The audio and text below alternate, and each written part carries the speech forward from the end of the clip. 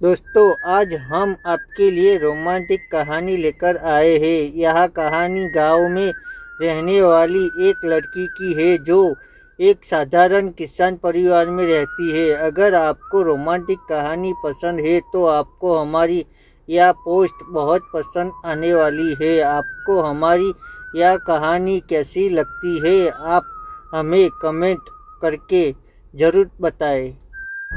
Please यार, मेरे channel पर आप लोग पहली बार आए हैं तो चैनल को लाइक शेयर सब्सक्राइब जरूर कर देना। आइए चलते हैं रोमांटिक कहानी पर। बहुत समय पहले की बात है। एक छोटे से गांव में जानवी नाम की लड़की रहती थी। उनके पिताजी एक छोटे किसान है और माँ एक गुनी है जिसका स्वास्थ्य खराब रहता था। जानवी ही अपनी माँ की देखभाल और खेत में काम करती है। जानवी बहुत सुंदर और दयालु थी। लड़की के पापा फूलों की खेती करते थे। जानवी की माँ दिल की रोगी थी।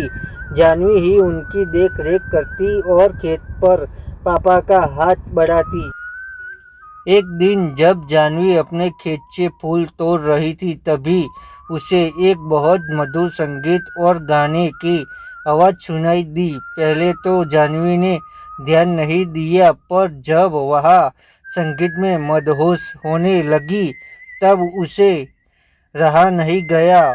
जहाँ से गाने की आवाज़ आ रही थी जानवी उसी ओर चल दी। पास जाकर देखा एक हट्टा कट्टा लड़का अपनी आंखें बंद करके गिटार बजाते हुए गाना गाए जा रहा है। जानवी उस अनजान लड़के को एक टक होकर देखने लगी। बहुत देर तक जानवी उसको देखती रही और संगीत में खोकर उसके पास आंखें बंद करके बैठ गई। जब लड़के ने गाना बंद किया और आंखें खोली तो देखा एक सुंदर और मासूम सी लड़की उसके सामने बैठी है।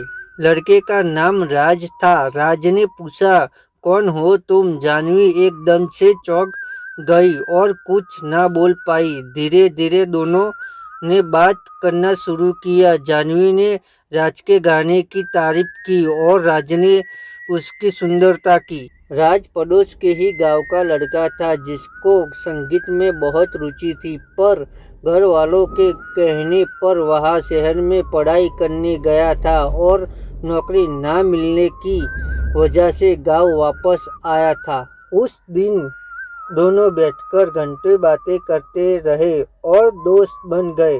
जानवी को राज पसंद आ गया और दोनों रोज मिलने लगे। बहुत कम समय में दोनों एक दूसरे के प्यार में पड़ गए। जानवी को अपनी किस्मत में पाकर राज खुश रहने लगा, पर उसकी यह खुशी ज्यादा दिन की नहीं थी। एक दिन जानवी के पिता ने दोनों को एक साथ पकड़ लिया और राज को दोबारा उनके गांव में आने से रोक दिया। जानवी ने अपने पिता समझाने की कोशिश की, पर उसके पिता एक गाने वाले के सख्त खिलाफ थे। जब जानवी की माँ को यह पता चला तो उसकी तबीयत और बिगड़ गई।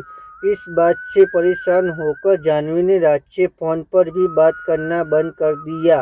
राज ने मायूस होकर गांव को छोड़ दिया। देखते देखते समय गुजरता गया और जानवी की शादी की बात चलने लगी, पर जानवी अब तक राज को भुला नहीं पाई थी। उसको राज का वादा याद आता जो उसने करके गया था।